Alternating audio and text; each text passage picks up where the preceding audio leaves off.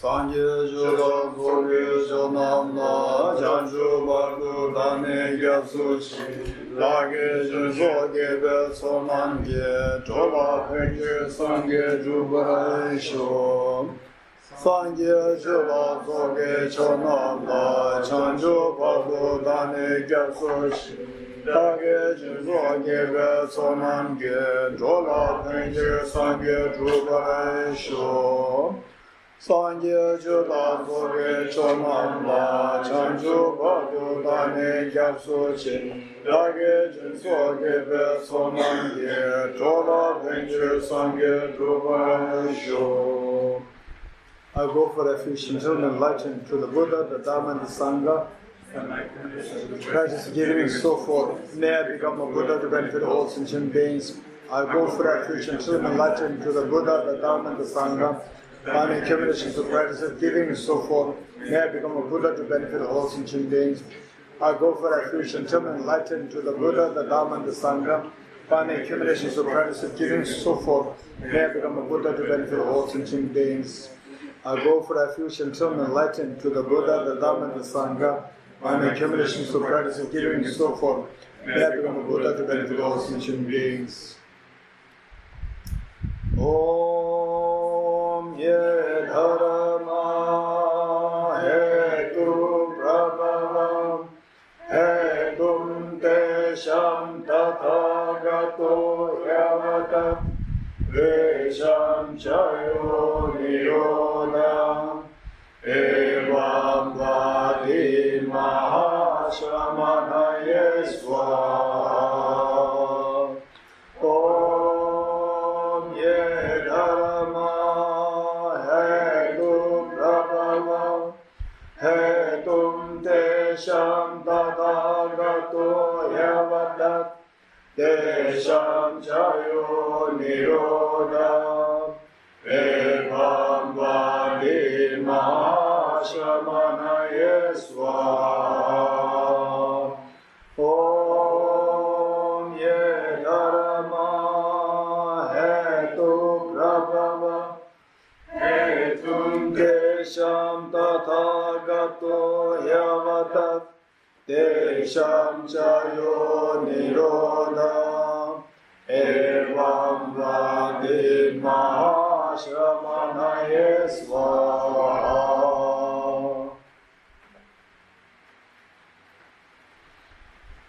Okay.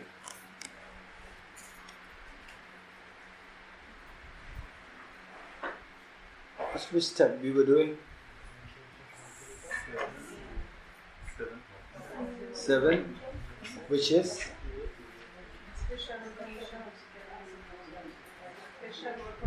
Special recollection of the kindness of others. Okay, we're done with this now. Step 7, what is step 8? Altruism. Okay, now between step 7 and 8, there is one implicit step. 7 step and what? Step 7 and step 8. Step 7, which is the special recollection of the kindness of others, and step 8, which is altruism. Between these two, there's an implicit step, a step which is not explicitly said, but implicitly there. So now, at this point, till this point, what happens is that you feel so close to the beings. So up to this point is when we generated the intense feeling of love. Intense feeling of love. That is already generated. So for compassion, we are talking about 2 elements. One is the subjective intensive feeling of love, and the objective from the object side, seeing the suffering nature. 2. So this feeling of tremendous love that we feel now, till step 7. Now what happens is that you think of the suffering nature of sentient beings. With this, you think of the suffering nature of sentient beings. What happens? Automatically you wish that may the beings be freed from suffering. May the beings be freed from suffering. This will happen. Okay. So this feeling of love and affection, which wishes others to be freed from suffering, This is known as compassion. That's implicit. Implicit step between step 7 and step 8. Implicit step, compassion. With this, then the question is, may all sentient beings be free from suffering. When you say this, what could be the next question? May all sentient beings be free from suffering. Who will do it? This is the next question. Who will do it? Oh yeah, somebody, the Buddhas will do it. No, I will do it. I will do it. I will take the responsibility that all beings are free from suffering and the cause of suffering. I will do it. This is altruism. Taking the responsibility upon yourself to remove the suffering of sentient beings, to give the happiness to other sentient beings. This responsibility, taking the responsibility upon yourself, taking the responsibility on your own shoulder, that is altruism. Okay, this is what is missing in the case of the Shavakas and Pratik Buddhas, those who seek personal liberation. This part is missing. I will take the responsibility. What is the next question? How am I going to take the responsibility? This is the point. So then you think very seriously. Look, this is so rational, so logical. The next question is, how am I going to take the responsibility? This question. So when we look in the history of humanity, we see that is there anybody who was able to do that? Yes, 2,500 years ago there was a prince, young Prince Siddhartha, like me, who was so kind, moved by altruism to benefit all sentient beings. Okay, how many of you could recite those two lines by heart? The one who has transformed into the reliable guide. Yes. Okay. Anybody else who remembers these two lines?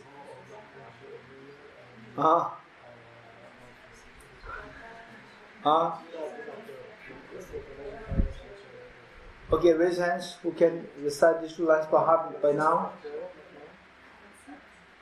The one who has transformed into the reliable guide. Okay, in Spanish, somebody? No, not Spanish, sorry. French. In French? Maria?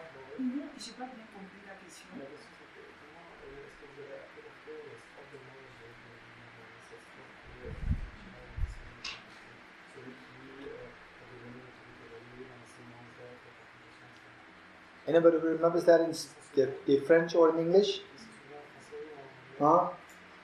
The one who has transformed into the reliable guide, motivated by altruism to benefit all sentient beings, a teacher, Sugata, the protector, to your administrations. Okay, so these two lines have one main conclusion of the thesis, and then the four premises to convince that, to establish that. The main thesis is that Prince Siddhartha has transformed into a reliable guide. Prince Siddhartha has transformed into somebody who can reliably guide all beings to ultimate happiness. How do you know that?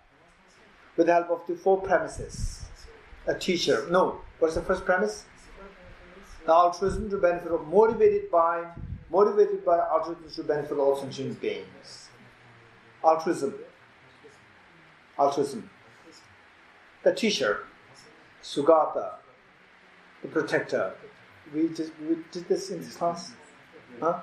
Day 1 or day 2. Huh? Day 1 or day 2. We did that. We did that. We did it or not? Huh? Sophie, we did it? Yes. Okay. So the one main thesis and the four premises. What is the main thesis? That we need somebody to guide us to somebody who is very reliable, who can reliably guide us to what we seek. That is fearlessness and infinite happiness. And in history of humanity, who is able to do that? Who succeeded in that? Prince Siddhartha succeeded. How? Through 4 points. What are the 4 reasons? What are the 4 points? Motivated by the altruism to benefit all sentient beings.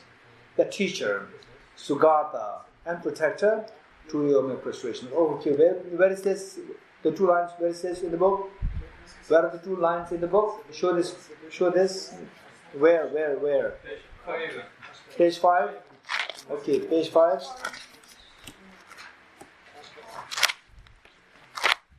Okay, page 5.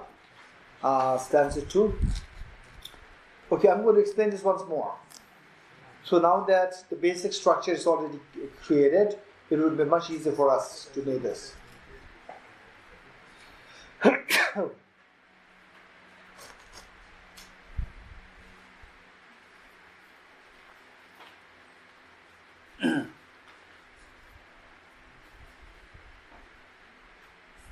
And of the 9 steps, which step are we doing now?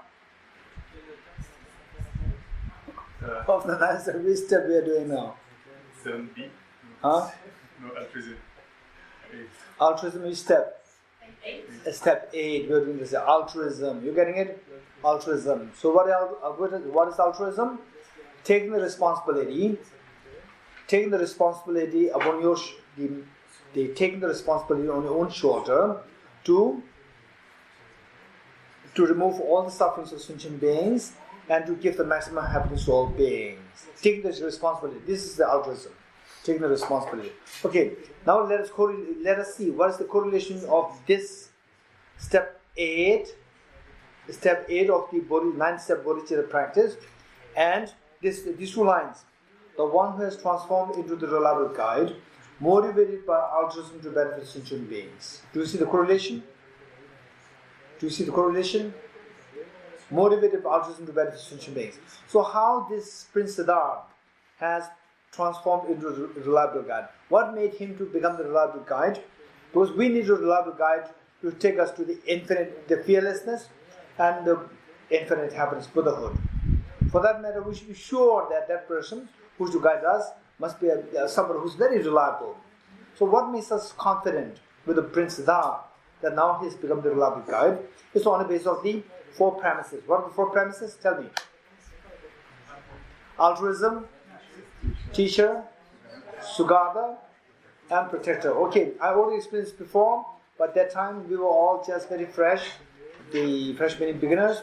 So now I explain this, it will become very clear for us. Okay, altruism. So how Prince Siddhartha later became the Buddha? He undertook a journey. What triggered the journey? This is the question.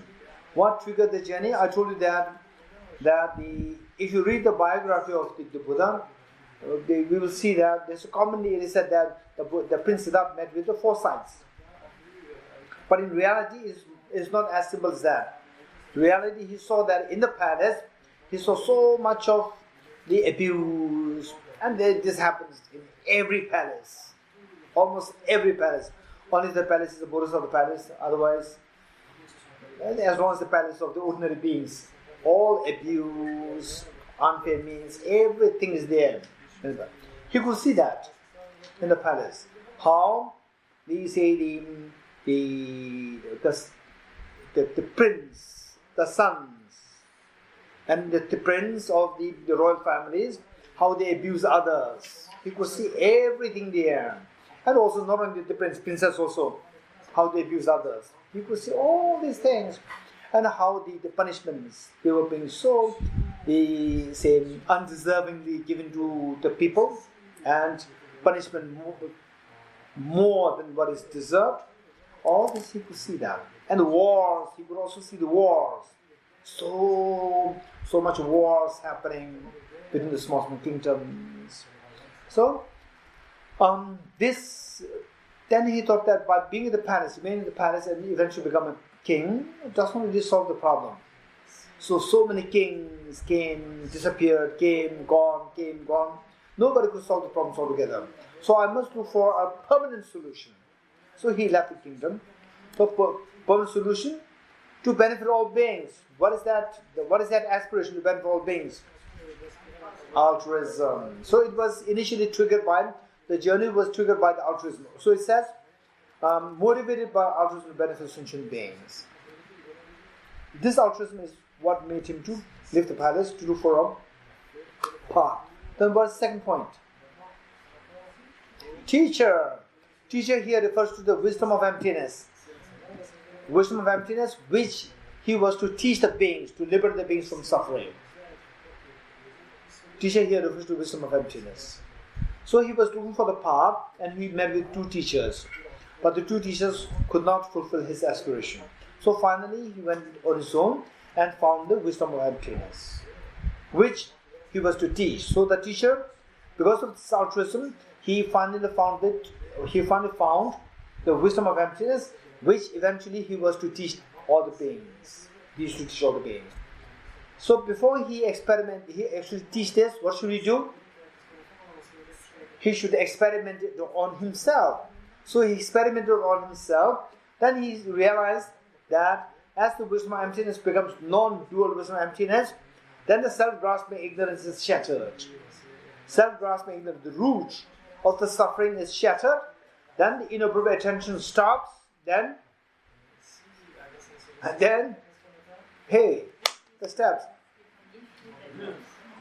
Don't just don't go to infinite directly, right? Gade Bodhi Swaha. Huh?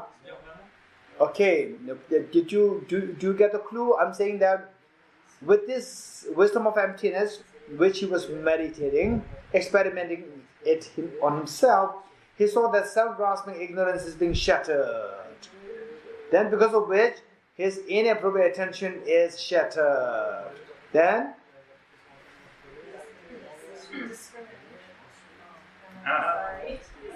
we are all very tired, I know. Gross afflictions. Gross afflictions are shattered. Then, contaminated karmas are shattered. Then, sufferings come to an end. You're getting it? Okay, you forgot the 5 points. All miseries arise from the contaminated karmas, which in turn arise from gross afflictions, which in turn arise from inappropriate attention, which in turn arise from self-grasping ignorance. Okay, this is what we should not forget. Okay, so with this, he experimented this, and then the wisdom of emptiness, the teacher. Are we on the same page? Huh? Are we on the same page? This is my question. If the answer is yes, then my next question, which page? Then we'll say 5. Okay. So the teacher, from the teacher, what is his teacher? Huh? What is his teacher? Say, the one who has transformed into on page 5, stanza 2. The one who has transformed into the reliable guide, motivated by altruism to benefit sentient beings. That is the first point, first premise. Altruism. Then this altruism leads him into teacher. What is that teacher? Wisdom of emptiness. Very good. Wisdom of emptiness. So this wisdom of emptiness, before he teaches others, he should experiment it on himself. He experimented on himself. Then what happens is that he realized that the self-centered, self-grasping ignorance is shattered. The first. Then because of which inappropriate attention is shattered. Okay, you only know how to go downward. You don't know how to go upward. Right? 2 ways. What we learn is from how you know that, you already know that. Tell me. All the miseries they arise from, what is the immediate cause of miseries? Contaminated karmas. Contaminated karmas arise from? Gross afflictions arise from? Inappropriate arise from? Self-grasping. You know that, right? Now your job is from the self-grasping to go to the suffering. Self-grasping gives rise to? Inappropriate attention gives rise to? If you know how to go from suffering to self-grasping, you don't know how to go up, but for the time being we have to with some emptiness. For the time being we have to keep it after 10 years. Okay, with this what I'm saying is that, okay, one I understand is you are a little tired, I know that. Okay, because the material that we covered, you believe it or not, material that we covered is quite enormous material. We covered a lot of material. So therefore you are not aware of that, you feel tired because your mind is trying to absorb everything. and you are tired. Okay, no problem. So the teacher is what? The wisdom of emptiness. So then, how do you connect this teacher to the Sugata? Yes, and Sophie. By experiencing himself. Experimenting this on himself. And so this way he can know that The cause of the suffering, they all stop. And because of this, the suffering stops. Suffering is the agitation stop. All the agitation, mental disturbance stop. Then he experiences the bliss of Sugata. Right? Okay, thank you. So, because of experimenting this teacher, which is the wisdom of emptiness upon himself, then he experienced nirvana. In other words, he experienced nirvana, Sugata. Once he gained the experience of the Sugata, where all the misery is dissolved, agitation is dissolved, he experienced this very peaceful bliss, the bliss of wisdom of emptiness. Then he became so confident to protect the beings by giving teachings. That makes him the protector. You getting it? Okay. So tell me, what made Prince Siddhartha? They eventually become such a reliable guide to lead others to the fearlessness of nirvana. What is the initial trigger? Altruism. Okay. Now of the 9 steps, of the practice of Bodhicitta, which step are we doing now? 8. Which is 8? What is 8? Altruism. Okay. So with this altruism, then the question is, okay, yes, I will take the responsibility that all the beings are free from suffering and all beings are endowed with happiness. But the question is, how are you going to do this? For this, you have to go to the 2 lines. 2 lines from which text? 2 lines from which text? Hey, 2 lines taken from which text? Huh? From page 4. Page 4 is not a text. Page 4 is the page number. Okay, which text is that taken from? Jane. Jane is tired. Huh? Commentary on value cognition. Who is the author? Huh? Okay. It's not commentary on value cognition. I'm also tired. Okay, it's not commentary. It's not commentary. It's not from commentary on value cognition. It's from Acharya Dignaga's text. What is the text? Pramana Samuchaya, compendium of value cognitions. Compendium of the value cognition.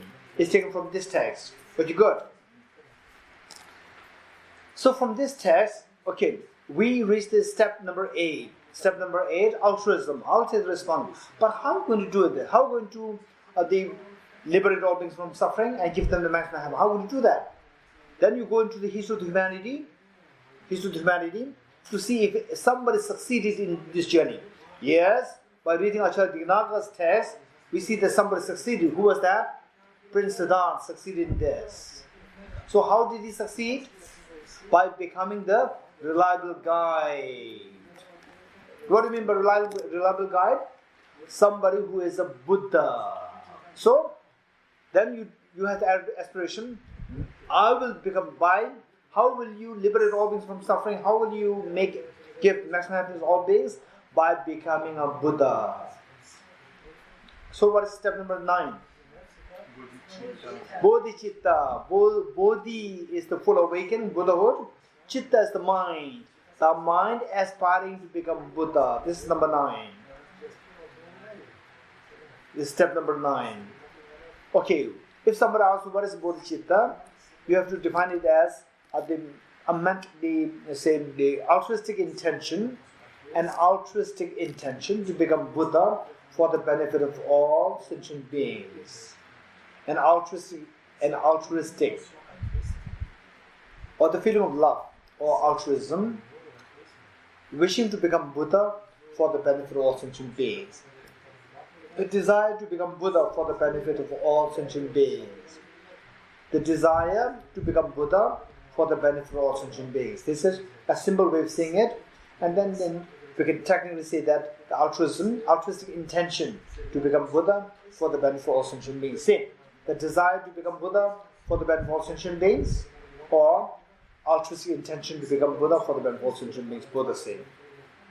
Okay, this is Bodhicitta. Okay, good. Okay, so to proceed further, we'll proceed further tomorrow. I know that we are a little tired. Okay, any questions? Any questions from what we have covered? From last group discussions or whatever. Yes, Laura? In the four measurables practice, there is one line where you take on the suffering of others and the causes, and then you give the relief from suffering and its causes to others, and then you say, I and all other sentient beings have now achieved the realization of immeasurable compassion. And I had a confusion about how relieving the suffering and the causes of suffering of others exactly produces. I know how it produces compassion in me, but how does it produce compassion in them? Like when you're visualizing that, how does that happen? How can you rationalize it? No, you asked another question this earlier. You forgot that question, right? I didn't give the answer. So this question I gave the answer. There was another answer which you asked me. Another question which you asked me, and I didn't get the answer. I told you ask this question in the group, in the class. Oh, I forgot which question that was. I'm sorry. I thought it was this question. You asked another question. Do you remember what it was? Which means I'm too lenient. Okay. The Laura, you think more? Even I don't remember the question. But I suppose what you asked now is not a question. Your question was very clear. Very clear, very short question. It's not that long. Short question and very precise. I asked that this question is very helpful to all the participants. You think more? Okay. Any more questions? So in the first line of the four seals, Yeah. when we recite, it says all composite things are impermanent. So for me it implies that there are things which are non-composite and which are permanent. So the question is, what are these things? Okay, this is a good question. Is your follow-up question? The question is that the first seal, the first of the four seals, says that all composite things are impermanent, which means that only the composite things are impermanent, non-composite things are not impermanent. This connotation, that is a phenomenon, the class of phenomena which is non-composite. Are they non-composite phenomena? If yes, what are the non-composite phenomena? This question. Okay, anybody? Anybody? Okay, the yes, bus. Okay, non-existent means they are not phenomena in the first place. A phenomena which is with the non-composite nature or permanent in nature. Okay, Virginia. Space. Which space? Space there will be a scene with you. Yeah. Space which you pervades, which you can see. Can we see that space? We go. That pervades. What do you mean by pervades? Do you see it pervading? Okay. When you give an example which you are very confident. Yes. Buddhahood? Okay, good. Buddhahood. How? Okay. Anybody? Okay, why I'm asking this is I know that you are a little tired because of the heavy material that covered the last 10 days. So therefore, I'm asking questions to make you a little more come out of to give you what is that? Is there any English word? Poke. Huh? Poke. To poke, there's an English word. To give you immediate energy. Power nap. Okay, yes. Absence of Barack Obama in this group. Okay, absence of Barack Obama. Okay, listen. The absence of Obama in this room. In what way it is non-composite? It is not made of any parts. Oh, everything is made of parts. Every phenomenon is made of parts, don't forget it. Every phenomenon is made of parts, not material parts, but every phenomenon is made of parts. Huh? Even permanent phenomena. Every phenomenon is made of parts. For this, again, you may tell somebody else that Geshe said it, and then Geshe said it, and then the person may think that is wrong. You may think that is wrong. Actually, this is what Lama Tsongkhapa very clearly stated. I'll show that to you. Later on, don't cite me, don't quote me, quote Lama Tsongkhapa. Okay, page 210.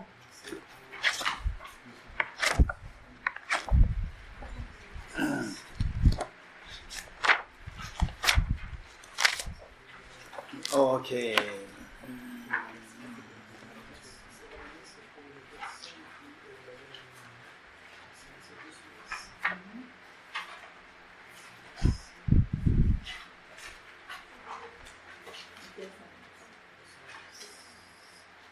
Okay. So the page 211. Page 211. Page 211. The second paragraph. Page 211. Did you find it?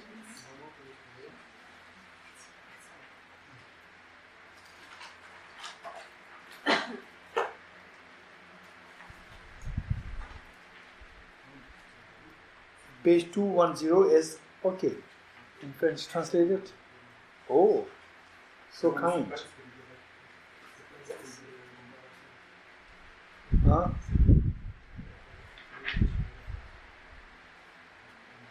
That the ultimate reality in Madhyamika philosophy. This is the title. Which page? 210. Okay, the French 210, 210 in English. Oh, same. Yes. Christopher, you translated this.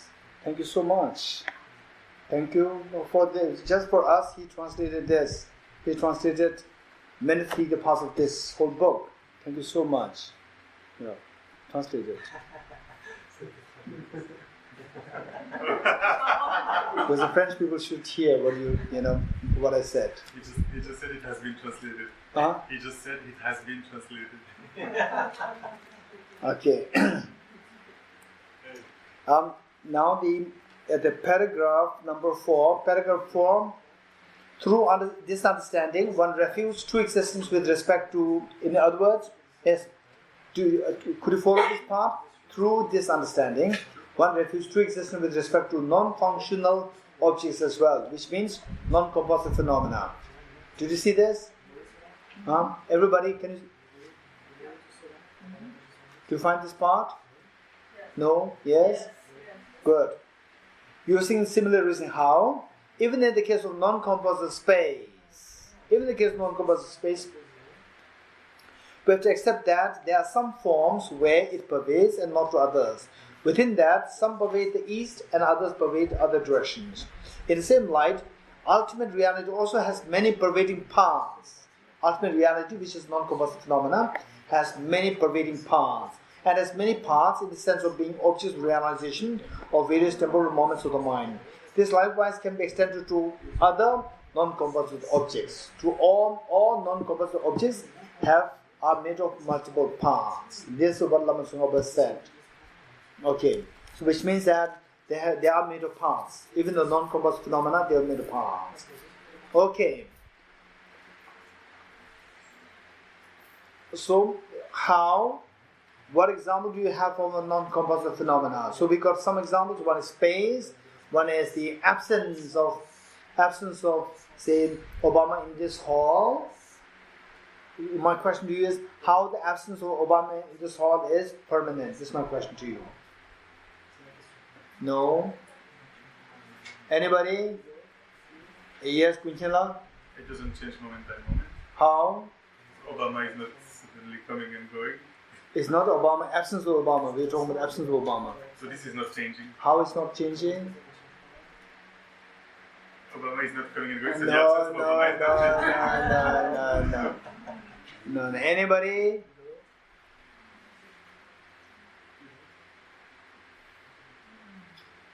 I'm looking at what do you think I'm looking at? Huh? No. Do you think I'm looking at some answers? Huh? I'm not looking for answers from you. I'm looking at whether you are tired or not. Right. If you're tired, I'm not going to give the answer. If you're not tired, I'll give the answer. Okay, yes. And Sophie?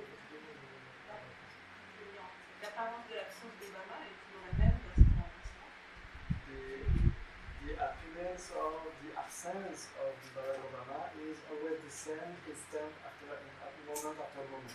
Say it again. The appearance of the absence of Obama is always the same. It doesn't change moment by moment.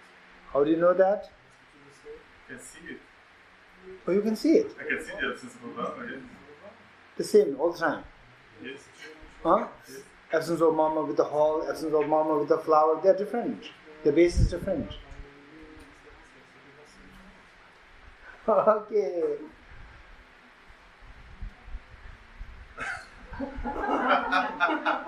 I'm looking at, okay. I'm looking at how fresh you are. If you're not fresh, we'll call off a day. Call it a day. Okay, Buzz. Imagination. Okay, that's interesting. Imagination. Why if it is, it's imagination? No, it's not imagination. Well, you have to do it with your Mind. So what's the problem? If it is, why? If somebody is to do with the mind, then it should be permanent. Yeah. How? The answer is good. Answer is good. But my question is how? Because. Okay, anybody? Okay, so when do you think your tiredness will go away? I'll give the answer then. After 2 days? The 1 week. Or after 3 days? If you're tired, tiredness cannot go before 13, then I'll give the answer now. Because 13 I'm leaving. When do you need the answer? Tell me. Now. Huh? When you're tired, you say now. You're not saying now. You say now. There's no energy there. Say it again. When do you need the answer? After saying now, don't leave. And now and leave. This is what happens in Tibet House sometimes. Some people they come, they say, Geshe, this topic is very important. Why don't you give an extra class on this? I say, yes, I'll give a class. Then we make the announcement of the class. Class is announced. And then when the actual class starts, when the actual class happens, one day lecture, special on the topic chosen by this person. Then during the actual class, person is missing. Person who made the request is not there. Right? So likewise, Michael, make sure that you don't leave. Are you ready? Yes. Huh? Yes. No, we don't have the energy. We don't have the energy to say yes. Huh? No, you don't have even energy to smile. I can see that. Even the smile is so boring. Yes, we can. Look at Patrick's eyes. Look at Patrick's eyes. Eyes are so tired. Yes, we can. Okay, whether we like it or not, I have to give the answer now because we don't have time now. Okay, so the idea is that, I say, impermanent. Permanent, impermanent. It has nothing to do with how the ordinary people understand. Ordinary people, for the ordinary people, permanent means something which lasts long. Something which lasts forever. This is what ordinary people understand as permanent. And this is what is very clearly stated by Acharya Dharmakirti in his text, that how the permanence, concept of permanence, is understood by the scholars is different from how it is understood by the ordinary people. For the ordinary people, something lasts forever, this is permanent. Something lasts short, this is impermanent. But for the logicians, this is not the case. For the logicians, impermanence means change. Do you agree with me or not? Impermanent means something which undergoes change. Yes. So therefore, impermanence, if the impermanence means change, permanence should be opposite of that. Permanence should be unchanging. Something which is unchanging is permanent. It has nothing to do with something lasting forever. Something which is unchanging. What does it mean by unchanging?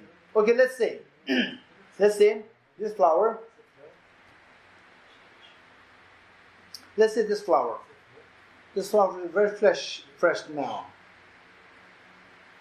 If we keep this form lying 10 days, do you think that this flower will remain its freshness? No, it keeps changing. Oh, tell me, just give me in a very simple term or in a very simple way how this flower will keep changing over the next few days. How? Anybody? Slowly.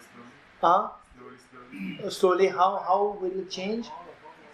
Moment to moment. Because the substance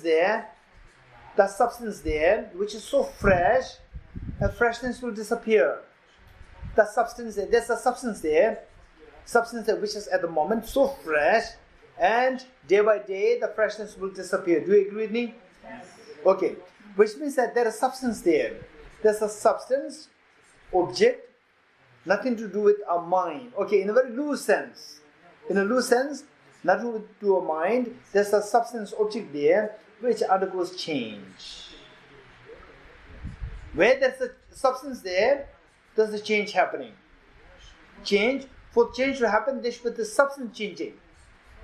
Whereas, okay, now, in my hand, do you see a flower? No. Oh, you don't see a flower. You see the absence of flower. Yes. Okay, absence of flower, does it have a substance? No. No, it does not have a substance. It is the non-affirming negative. Non-affirming negative, they are always without substance. Non-affirming negative, not just negative. Negative can have substance. Non-affirming negative does not have any substance. Absence, any absence is always without substance. There is no substance there to say that I am the absence of the flower. There is no substance there. Because there is no substance to undergo change. There's no substance to undergo change. Because there is no substance to undergo change, then how does it exist? It doesn't exist from the substance, it exists by the power of the mind. This is no very loose sense, you're getting it? Not from the Madhyamika philosophy point of view. What we study for emptiness is the Madhyamika philosophy. Okay, keep that aside for the time being. Madhyamika philosophy about emptiness, how everything is coming to being by the power of the mind. All this keep away for the time being. In a loose sense, this flower, in my right hand, this flower has a substance. In my left hand, the absence of flower does not have a substance. You're getting it? So because this has a substance, this substance undergoes change and becomes less and less fresh, less and less fresh. Eventually it will wither completely. Whereas the absence of flower, it does not have a substance. Because it does not have a substance, there's no substance to undergo change. Because there is no substance to undergo change, absence of flower does exist, but it does not undergo change. But it does not have a substance to undergo change. If it does not change, it does exist, it is without change. Something existing without change is known as permanent. Okay, so the absence of flower, all absences, absence of flower, absence of objective existence, they are all without substance. What exists without substance is permanent phenomena, non-composite phenomena. Because it does not consist of substance, it is not composed of material or the substance particles. It is not composed of substantial particles. What do you mean by substantial particles? Substantial segments, substantial parts. Substantial parts, there are two. Either material parts, physical tangible parts, or temporal parts. Whereas what is coming from a mind, nothing from the substance, they are not composed of the temporal parts, nor they are composed of the material parts. Okay, so these phenomena, like the space, non-composite space. Space, there are two: composite space and non-composite space. Composite space is made of particles. Non-composite space is without substance, is permanent. Only non-composite space is permanent, not the composite space. You may be wondering, what is composite space? Composite space is space that you see between me and you. Do you see the space between you and me? Yes. Huh? Do you know that there's a space, gap between you and me? Do you know that there's a gap? Yes. How do you know this gap? You can see Through the eyes, you can see that. What is visible to your eyes, that is not non-composite, that is a composite. What is non-composite space then? This space that you are seeing, this space, does it have obstruction? The space that's between you and me, can it obstruct somebody? It does not obstruct. So it is absent of obstruction. So the absence of obstruction of this space is known as the non-composite space. Absence of obstruction is permanent or impermanent? permanent. Absence of space, absence of obstruction. Is that substance or without substance? Without substance. It does exist, but without substance, it is non-composite space. Okay, yes, boss? I don't get it. Okay, let me repeat this. Space, there are two. What are they? Composite space and non-composite space. What is composite space? The space that we see between you and me. Do you see a gap between you and me? Okay, this space that you see is the composite space. What is visible, what is validly visible to your eyes, they are always composite phenomena. Likewise, to your ears, nose, composite phenomena. This composite phenomena, okay, composite phenomena story is done. Now, non-composite phenomena, composite space. Composite space is done. Now, composite related to composite space, non-composite concept of the non-composite space comes into being. What is non-composite space? Okay, for that we have to first know the composite space. Do you know the composite space? Do you know the composite space? What's the composite space?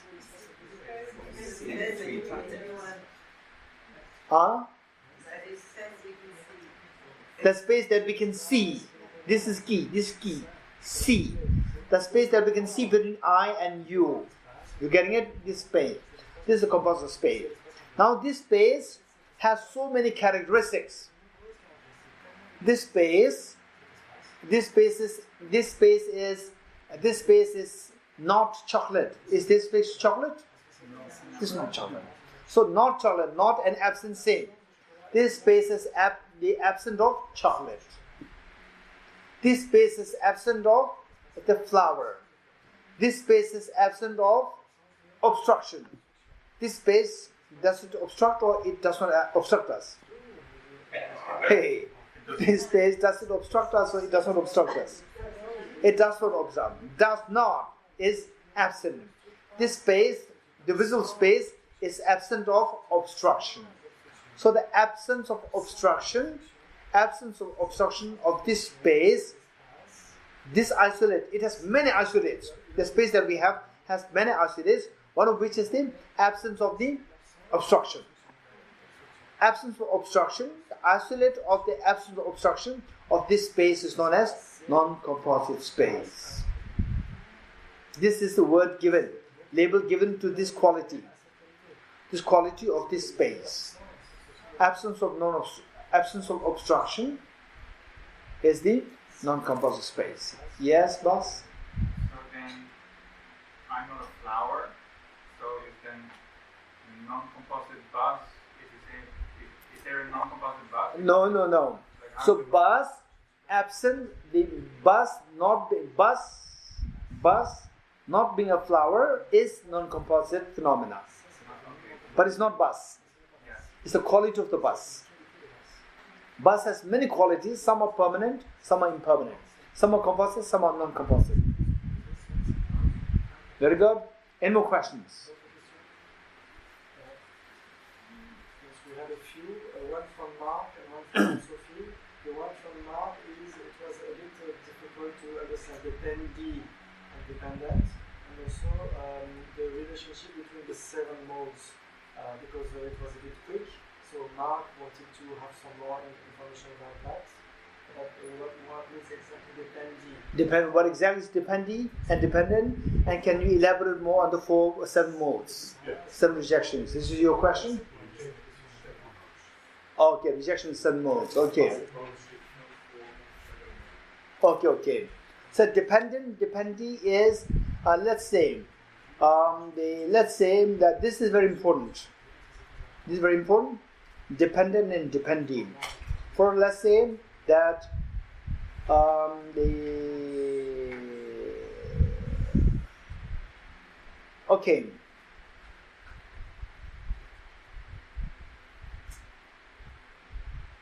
in France, the head is president. President or prime minister? Both are there. Who's more powerful? President more powerful. Okay, the president is dependent on the French people, or the French people are dependent on the president? Huh? Not dependent. Okay, president is dependent on the French people, not the French people dependent on him. Huh? Both ways, right? Because for him to remain as a president, there should be the French people there, right? And for the French people to be represented, how well the French people are represented in the world, UNO, in the other countries, depends on his intelligence. Depends on him. Okay, to be very honest, okay, I don't know the real story, whatever, but the first time I saw the Macron, right? Huh? Macron. Huh? Macron. So when I first saw him, talking, Trump and Macron giving the presentations, public appearance, Macron's talks, I was really impressed. He's talking about he's thinking of the world. He's thinking of the world. It's amazing. This is a real world leader. Real world leader. Trump just talking about America, we the first. America, we the first. Our business, right? What we have business? Come. No business? Shut down. This is his attitude. Macron's very different. I was so impressed. I don't know what your impression is of him, but at least the first talk that I saw of his first speech, he's a real world leader. He's speaking for the world. It's amazing.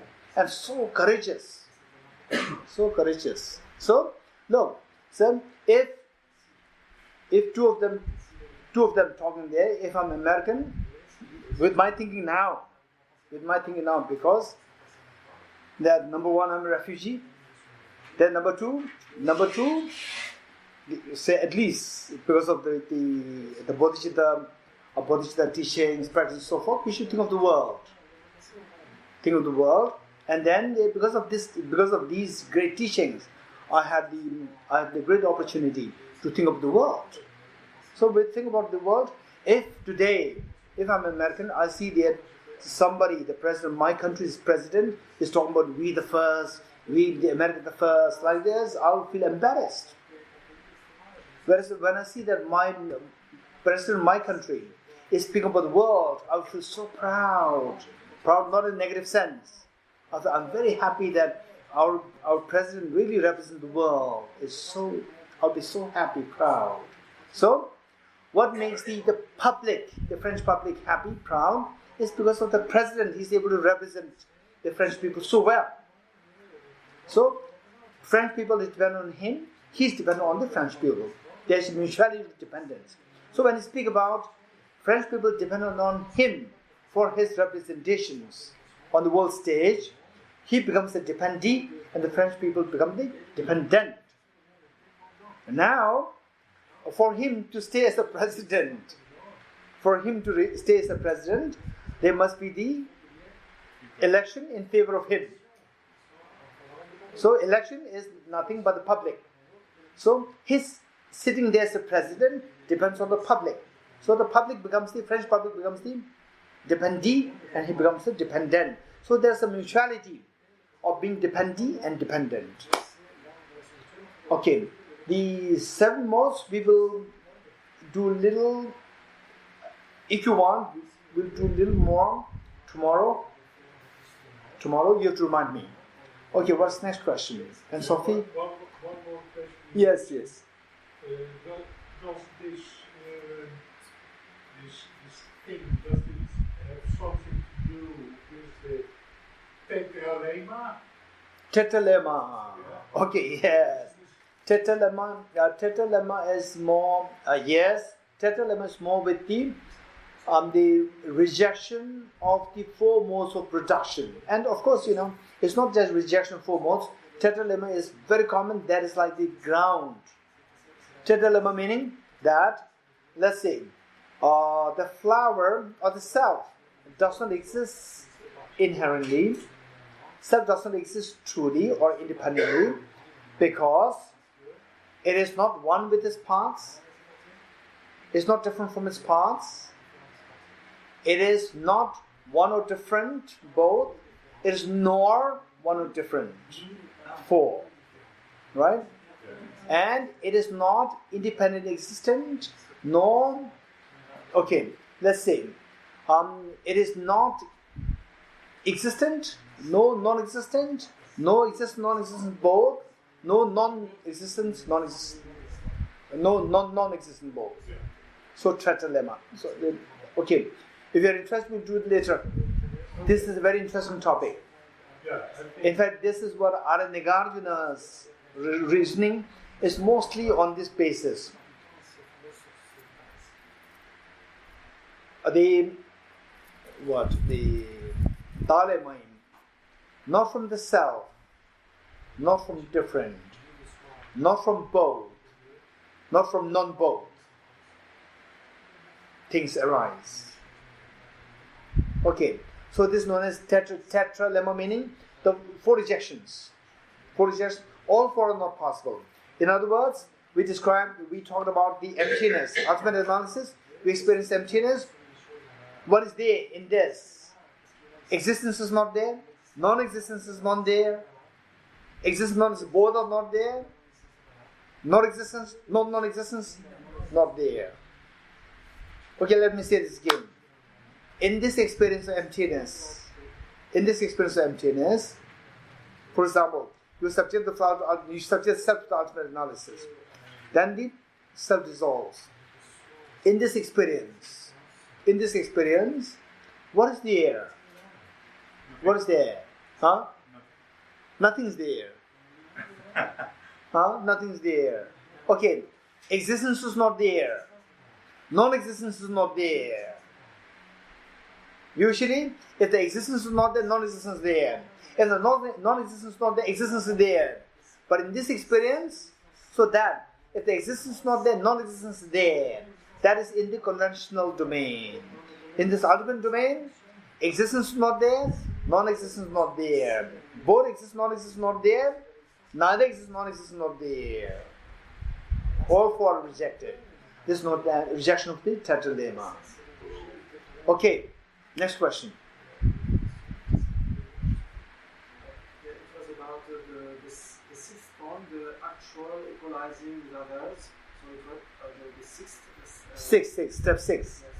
What's it? Yes. It was a bit short for us to understand exactly what it meant. Okay. What exactly does it mean by step number 6 of the Bodhicitta? 9-step equalizing and exchanging. 9-step equalizing and exchanging method to generate Bodhicitta. Step number 6. What is step number 6? Actual exchange of self and others. What is that in French? Correct? Thank you. Okay. Actual exchange of self and others. So there I told you that there's no special practice there. Here you have to make a very strong commitment. Because step 1 through to step 5, it gives me a conviction that cherishing others is the door to all happiness for me. Cherishing myself is the door to all miseries. I don't want misery, so henceforth I will not cherish myself. I want happiness, henceforth I will cherish others. You make a very strong commitment that henceforth I will not cherish me, henceforth I will cherish others. Make a very strong, I will embrace in your visualization, in this practice, in your visualization, imagine that you get any opportunity to see somebody, you embrace that. You embrace the person with love and affection. I cherish you. And the moment you see yourself, particular self-centered attitude, you just discard it, like discarding the garbage. You see, we should be able to see the self-centered attitude like a garbage. We should be able to see the other cherishing others like a treasure. This makes a very strong feeling and visualize. Literally, you try to visualize that, okay, in this moment, I'll cherish everyone. You just see anybody and imagine that you embrace them. I really care for you. I really cherish you. You are so important for me. You are so important for me. Right? This is what we should be doing. Yeah. Okay, any more questions? Yes. This is the question that Christoph brought yesterday in the discussion group. Yesterday when you were describing the sample to meditate on emptiness. Yes. At one point you said that there are 3 ways to establish the emptiness of the mind. Yes. And we could not find these 3. We could remember only one what of they the are. segments. Okay. The one is looking for the one. Okay. The question is meditating on the emptiness of the mind, or meditating on the emptiness of the feelings, or meditating on the emptiness of the time. These 3 are more like synonymous. Not 100% synonymous, more like synonymous. If you know how to do one, you will know the other 2 same. You can apply. It's just say the applying. When you know one, apply this to the other 2. Okay. So that there are 3 ways of doing this. Number one is establishing that the present moment is not findable. Establishing the emptiness of the time on the basis of not finding the present moment.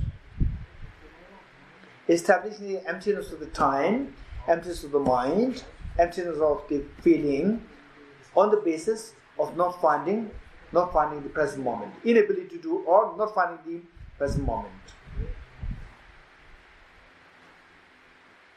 Okay, this is number 1. Then number 2 is establishing the emptiness of the mind on the basis of the mind as a whole. Mind as a whole is a mental imputation on the basis of the temporal segments of the mind. Okay, establishing the emptiness of the mind on the basis of seeing the mind as a whole.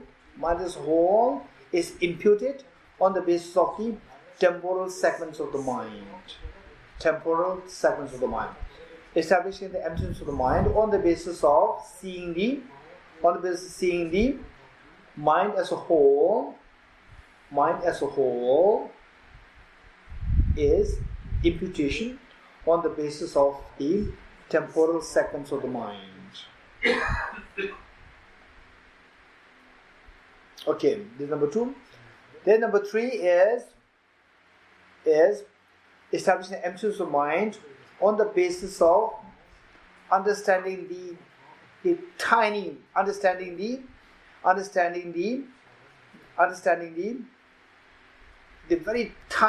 temporal segments of mind to be non-discerning, cognitively non-discerning in nature.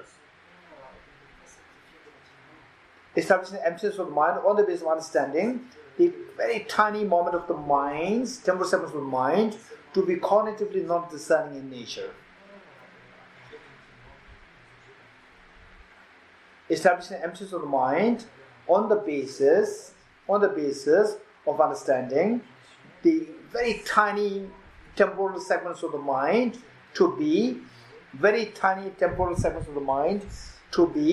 cognitively non-discerning nature.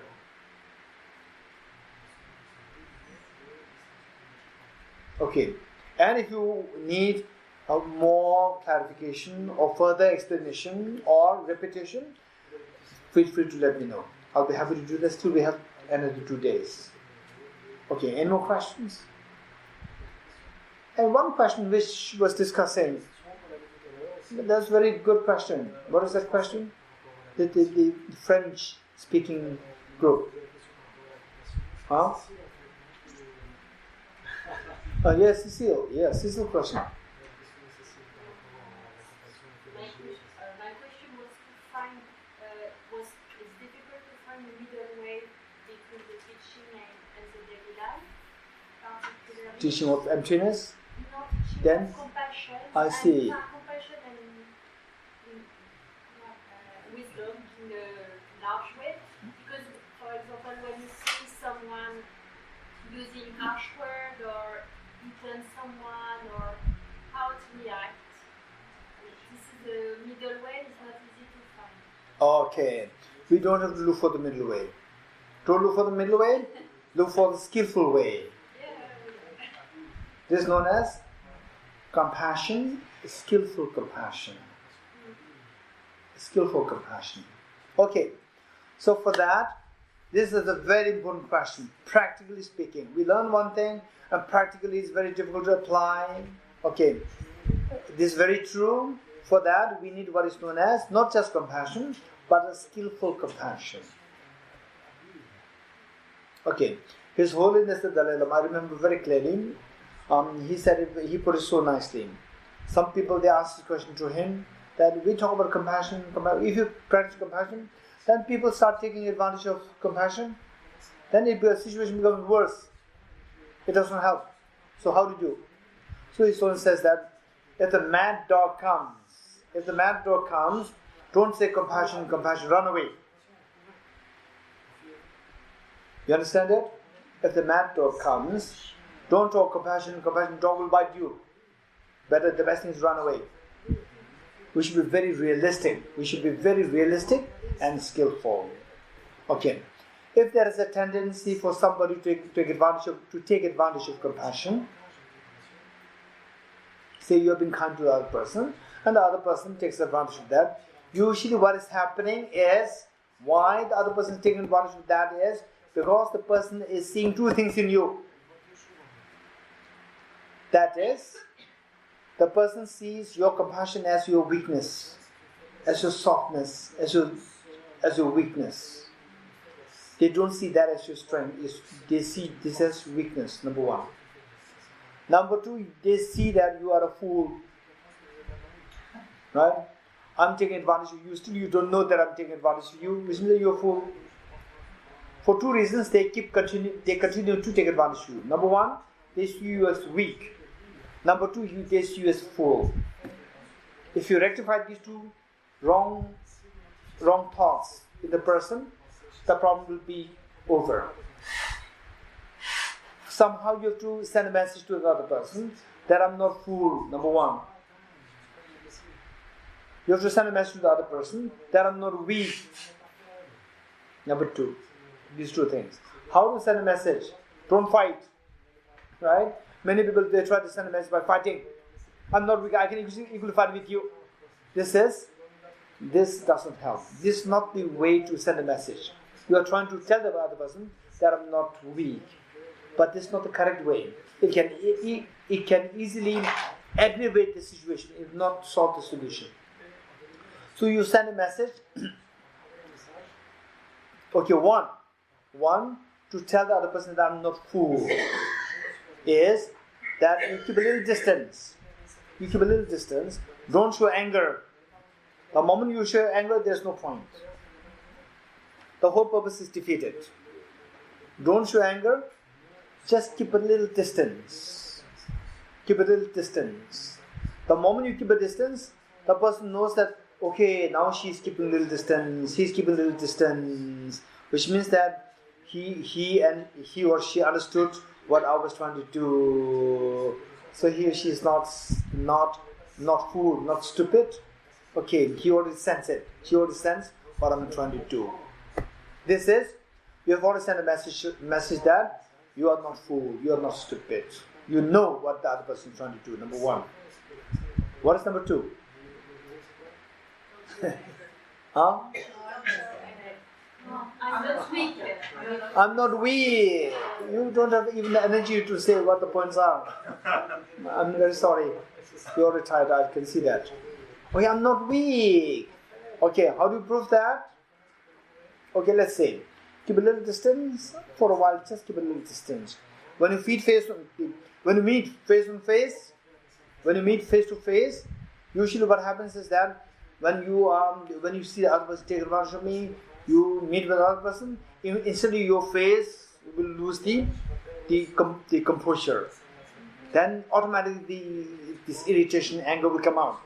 This is a sign of weakness. When you meet the other person face to face, show face, maintain your self-confidence. This is very difficult. When you know that the other person is taking advantage of you, when the other person is nasty on you, once you know this, to maintain self-confidence in that next to the other person is very difficult. Not showing anger and maintaining self-confidence, very difficult. This is only the very strong people can do. Okay, so when you meet the other person says good morning, you will also say, the other person tells you bonjour, you also say bonjour and then you leave. Bonjour and don't mix two. Again, keep a distance. Wow, the person is very strong. The person knows that she's keeping gap, keeping distance. She's keeping distance from me. She knows that what I'm trying to do. Yet, she's able to give the response so strongly, confidently. He's very strong. 1. So, the person got the message that you're a very strong person. And you are not a fool. You are not stupid. Then the person will instantly change. Will stop taking advantage of you. 1. Okay. Then later on, there's an English expression. Every dog has a day. Every dog has a day. What's the meaning of that? Anybody? What is this expression? Pamela? Oh. No matter how bad things are, there's always one day that's going to be a good day. Every dog has its day. Yeah, everybody has a good day. Not a good day where you can take advantage of the other person. Where a day, now it is your opportunity to get advantage of others. Or you will have a good day where you shine. You become very strong. Every dog has a day. This is the English expression. Right? Okay. Now, surely there's going to be time when you become stronger and the other person becomes weaker, and that you can easily abuse the other person. A time will surely come. That time, how do you prove that you are strong? Is that the moment you bully the other person or abuse the other person, this is how the ordinary people do. This is a sign of weakness. So there, where the ordinary people easily go to abuse the other person, you remain strong. Okay, I'll spare you. I can spare you. I'm sparing you. And the other person realizes that, okay, now today he will take advantage. Now today he will abuse me. She will abuse me. No, she's so kind. She's not taking that as a chance to abuse. This is only the very mature people can do. Very strong people can do. Then the person will sense even if the other person is very ordinary, uncultured, but the person will see your strength. 1. And then in the still a more extreme case, where the other person is going through very difficult times, where the person is really suffering terribly, then you, instead of accusing or backbiting, then you jump to help. Moment the other person's help, again keep a little distance. This ordinary people cannot do. If you can do that, this is a strength. What the ordinary people cannot do is the strength. Only strong people can do.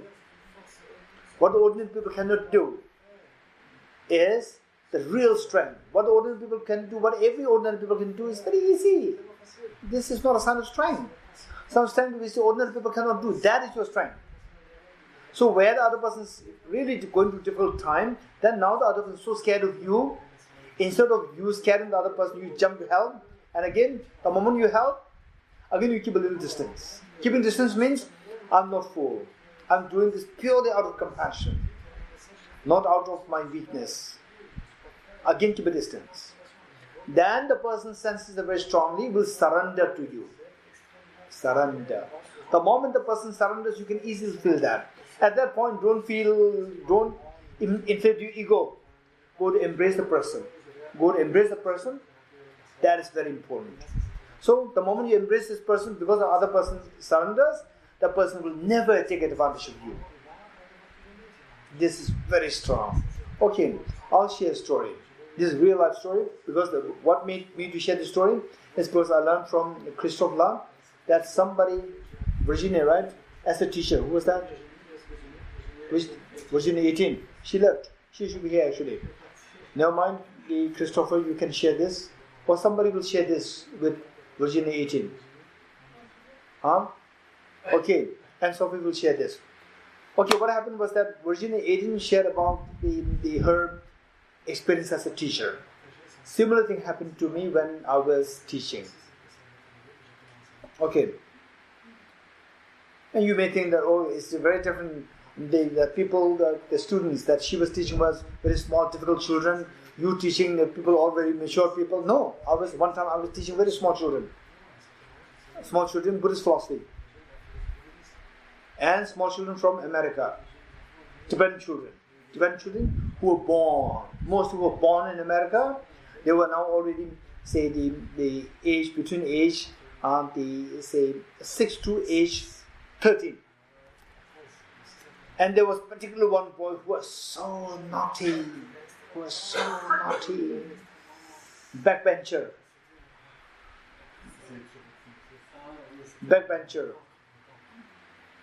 Who always sits at the back. Okay, not there. Right? I don't mean Howard. So everyone here, so somebody has to be at the back. This is very different. So there, deliberately the boy was going there. And then I was teaching and always not at all responding to positively responding to the class. So one day I asked the students to copy what I was teaching. I wrote something on the whiteboard. They were to copy that. And then everybody was copying and everybody was tripling. And this boy was just relaxing. Then I had to go to him. I cannot go directly. It was so offensive. So how did I go? The first row, second row, third row. He knew that now I'm going there. Then I came there. Oh, you're not writing anything. Then he said, what is his reply? Sir, I lost my pen. Okay, so what I did, I always carry extra pens. Extra pens, not expensive ones. Okay, extra pens. And I put my hand in my bag and take an extra pen and give it to him. And the moment I put my hand in my bag, the girl who was sitting before this boy, the girl was the best student of this batch. She's very bright, and also extremely disciplined and so good. And the girl said, what should I do? Tell me. You tell me. What should I do? And she's the best student in this batch. The moment I put my hand in my bag, she sensed it. She said, sir, he's telling lies. He has a pen in his bag. What should I do now? He said that I lost my pen. And the girl is saying that she's telling lies. He has a pen in his bag. She doesn't want me to give him my pen. What should I do? Okay, so what I did. So now I have to choose between the two, the girl and the boy. The very good girl and the very mischievous boy. I have to choose between one of them. The girl has been receiving love and affection from everybody. This boy is the one who is very young and who is deprived of love from everybody. Now it is the opportunity for me to give love and affection to this boy. This is so important. For the young children, more than the education, more than writing, reading, is to give love as a teacher. This boy does not get any love from anybody because he's so mischievous. Nobody likes him. This girl is so good. Studies. You say anything. She's so good. She's the topper. Everybody loves her. So she's not at all, she doesn't need extra love. But this boy, no doubt, he behaves like this. Very naughty. Who will give love? But he craves for love. So this is an opportunity for me to give love to this boy. I just paid no heed to the girl. It is not to offend the girl. Because the girl anyways, even though she doesn't feel love from me now, but she's getting so much love from everybody else. So I put my hand in her bag, to the bed, and gave it to the naughty boy. Not to Thomas. Thomas is a good boy. And then he reluctantly was scribbling. Reluctantly. Okay, that day finished. The next day, I'm very young, from age 6 to age 13. How can I expect? I'm teaching about emptiness to these young boys and girls. How can I expect these young boys and girls to listen to the emptiness topic? Right? Very young, they don't really have the attention span. The attention span for complicated topics will be like 5 minutes, 10 minutes. You can't expect them. But the class is for 1 hour. If I say, oh, your attention span is 5 minutes, then they will be so happy. Right? Then they will not listen to me at all. So I pretend as though like your attention span is like 1 hour, knowing that the attention span is just 10 minutes. So if I say that your attention span is like 1 hour, then at least they will pay attention for 10 minutes. 10 minutes I can be very constructive. So after 10 minutes, they lost attention. Everybody talking, not listening to me. Then I told them, whether you listen to me, not listen, up to you. During the break time, I'll ask questions. Anybody who can give the answer can leave for break time. Then you can go to refresh yourself, you can go for tea, snacks, whatever. Those who cannot give the answer will stay with me. I'll also not go for break. Nobody will go for the break. Those who cannot give answers. Then the bell rang. Ding, ding, ding, ding. Break time. Then everybody is so excited. Everybody wants to go out. Then I said, now who's going to give the answer? Everybody raising their hands. Then I said, yes, you. Half correct, half wrong. Sorry, you cannot go. Okay, next. Here, again you. Again half correct, half wrong. Sorry, you cannot go. After some time, then this naughty boy raised his hand. Naughty boy, the mischievous one. He raised his hands. Deep inside me, even the best of students, they cannot give the answer. So how can you give the answer? This was inside me, but I cannot say this. It's very offensive. So I said yes. Then I asked a question. He gave the complete answer. Believe it or not.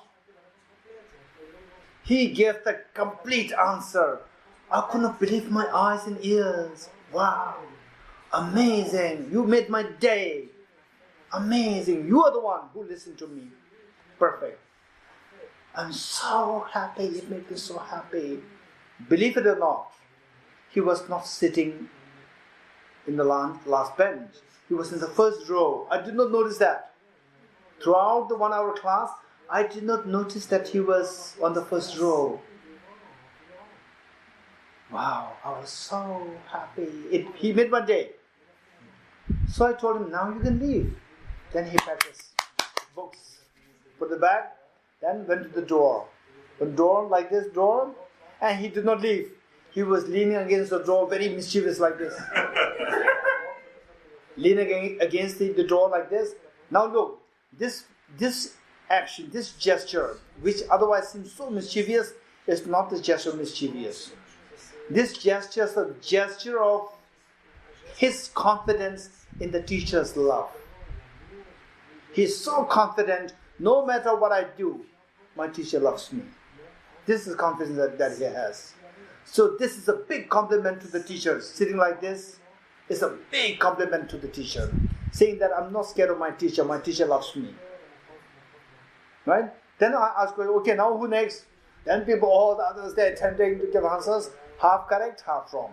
Half wrong, he's given the answer from the door. All the wrong answers corrected by him from the door. In fact, literally, whatever I taught in the class that day for 1 hour, he got it completely perfect. He understood it fully. Overnight change. What made him overnight change? The day before, if I punished him, you are so bad, you are telling lies to a teacher, I will report you to the principal, the director. Get out. The next day, impossible, he would not listen to me at all. It's only out of finally the teacher's job. The job of the teacher is not to shame the child. The job of the teacher is not to identify the mistakes of the student and shame the child. This is not the job of the teacher. Job of the teacher is the student is mischievous. Change that and make the child not mischievous. That is your job. Job of the teacher is not to kick out the students. Job of the teacher is to embrace the students. The students who are difficult, make them students who do not love your subject. At the end of the session of the year, you have to make the students love your subject. If that happens, you are a very successful teacher. And you being as a teacher, you are able to identify, of the 20 students, you are able to identify 5 naughty, mischievous students, and you're able to kick them out from the class. This is your failure, not a success. Your job is not to kick out students. Your job is to transform those students. Those who do not love you, make them love you. Those who love your subject, make them love your subject. How? The best is through love and affection. Respect the children. Give them the respect in a very skillful way. Give them the love in a very skillful way. This is so important. So, there's nothing which the skillful compassion cannot conquer. There's nothing which the skillful compassion cannot conquer. Okay, this is one thing. And then I'd like to also share another story, which is very important. In the same class, there was another mischievous boy. Day 1, I entered the class. The mischievous boy, who was the eldest, who was 13 years old, he raised his hand. He said, "Sir, give me 5 minutes to talk before you talk." Sir, give me 5 minutes to talk to the class before you start giving the teaching, before you start giving the talk. Okay, fine, come. Then he was just making everybody, just the study environment, simply he disrupted. He was just creating jokes and all these things. Okay, fine. Now 5 minutes up. Go to sit down. Sit down. I said, "Be." The next day again he said, "Sir, give me 5 minutes before me." I said, "No, sit down." Okay, look, this is so important. No, sit down. Whenever I ask questions, first he raises his hands. What he's going to do? He's just make fun. Not going to give the correct, not going to give the proper answer. So I give the option to him. He would just make fun, and everybody, simply the atmosphere is disrupted. He would just make fun of everything. Then the next time, I said, "Okay, this question, who's going to give the answer?" Right? Again, he would raise his hands. Look, this is so important. How I tackled. Okay, say, if the boy, if the boy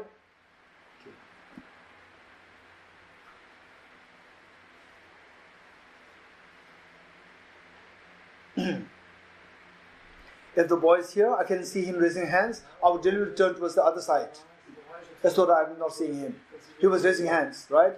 I'm not showing anger. No, don't show anger at all. That's all. I'm not seeing him. I'm seeing, right? And somebody's raised their hands. Okay, not going here now. Yes, there. Right? And then he gives answer. Very good. Okay. Anyone else? Again he would do like this. Again I'm not seeing him. Right? And somebody else who is next to him, raise hands. Us, you. Very good. Then he senses that, okay, he's not really acknowledging me. Okay, like 10 questions, I never gave him the chance. The next day, again the same thing happened, and then his hand is very different. Earlier his hand is like this, very aggressive. Now his hand is like this. Okay, when his hand is like this, then, okay, yes, you. If he gives a good answer, very good. If he gives a good answer, at least, meaning, well, correct, not correct, it doesn't matter. At least if he's serious, very good. Very good, thank you. Thank you so much. Look, did you hear what he said? Very good. Praise it. Right? And then the next time, again with the question, again he raises his hands. Again, yes. Again he makes fun. Again, don't listen to him anymore. Don't give the chance. Anyone? Again, somebody close to him, he raises his hands. Don't give the chance. Pretend so you are not at all seeing him in the first place. Then again, after a while, again he gives his hands. Again he gives good answer. Again praise it. Then he realizes that this teacher is not. He does not hate me. He dislikes me when I give a funny answer. He likes me, he praises me, he really acknowledges me when I give a serious answer. He distinguishes this. Whereas, he makes fun, still you make him stand out, he will never improve. And the moment he makes fun, you become angry. You become angry, you never give the chance to him, you never acknowledge his good sides, he will start hating you. The moment he starts hating you, he will hate your subject. This is your greatest failure. The moment the student hates your subject, then okay, the subject is very difficult. That's a different matter. It's a difficult subject. That's a different matter. But I hate this subject, which means that it's a teacher's failure. It's a teacher's failure. Okay, we'll stop here. Eyata Om Gati Gati Paragati Parasangati Bodhisvaha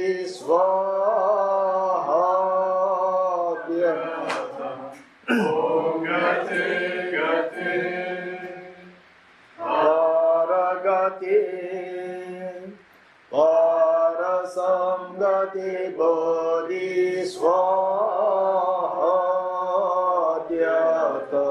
Om Gati Gati Paragati Parasamgati Bodhisvaha.